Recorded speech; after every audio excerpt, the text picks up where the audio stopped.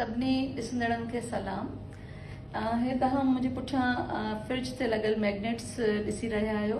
हे fridge magnets मूंखे मुख़्तलिफ़ वक़्तनि में मुख़्तलिफ़ दोस्तनि मुख़्तलिफ़ मुल्कनि जा ॾिना आहिनि। तंहिंमें तक़रीबन मूंखे 40 खां वधीक मुल्कनि जा फ्रिज मैग्नेट्स आहिनि। हिन में तव्हांखे ॾेखारियां त हिते पाकिस्तान जा बि आहिनि, बादशाही मस्जिद वग़ैरह ऐं लाहौर जा, पर हिते किथे बि सिंध सां तालुक़ु रखंदड़ उनजे मुतालिक़ को बि फ्रिज मैग्नेट कोन्हे।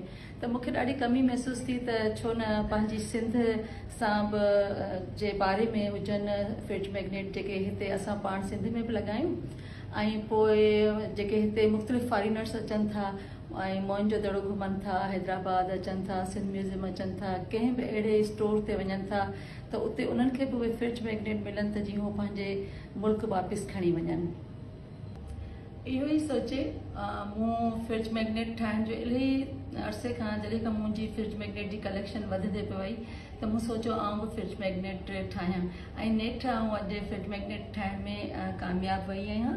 हे मूं शाह साईं जे शहरनि सां ठाहिया आहिनि फ्रिज मैग्नेट जेके लॻनि था ऐं अॼु शाह साईं जो ॾिहाड़ो आहे त मूं सोचियो अॼोके ॾींहुं आउं पंहिंजे फ्रिज मैग्नेट्स लॉन्च करियां।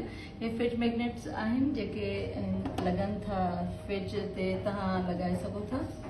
अच्छा, हे जेके ठाहिया विया आहिनि हे मुख़्तलिफ़ शेर आहिनि। हे शाह साईं जा मुख़्तलिफ़ शेरनि ते ॿधल फ्रिज मैग्नेट आहिनि जेके मुख़्तलिफ़ शाह साईं जी तस्वीरुनि सां ॾिनल आहिनि ऐं जेको शेर आहे उन जे आहिनि उन सां ठहियल आहिनि। अच्छा, हे जेके शेर आहिनि शाह साईं जा उनखां इहे तव्हां ऐं हाणे ठाहिया आहिनि ऐं इहे बाक़ाइदा हर हंधि ऐं कोशिशि कंदसि त अवेलेबल हुजनि जीअं तव्हां वठी सघो ऐं तव्हां डायरेक्ट मूंखां बि घुराए सघो था ऐं इनखे इहे ऑर्डर ते कस्टमाइज़ बि ठही सघनि था। जेको बि तव्हां शेयर ॿुधाईंदा त उहो बि उनजो फ्रिज मैग्नेट ठही सघे थो। मूंखे लॻे थो त हीअ हिकिड़ी सिंध जे कल्चर खे प्रोमोट करण लाइ बि हिकिड़ी कोशिशि आहे ऐं तव्हां सभु मुंहिंजो भरपूर साथ ॾींदा त हीअ जेको आहे मतिलबु सॼी दुनिया में हिकिड़ी सिंध जी सूखड़ी तौर बि वेंदा त सिंध खे बि इन सां प्रमोशन मिलंदी। तव्हांजी तमामु घणी महिरबानी।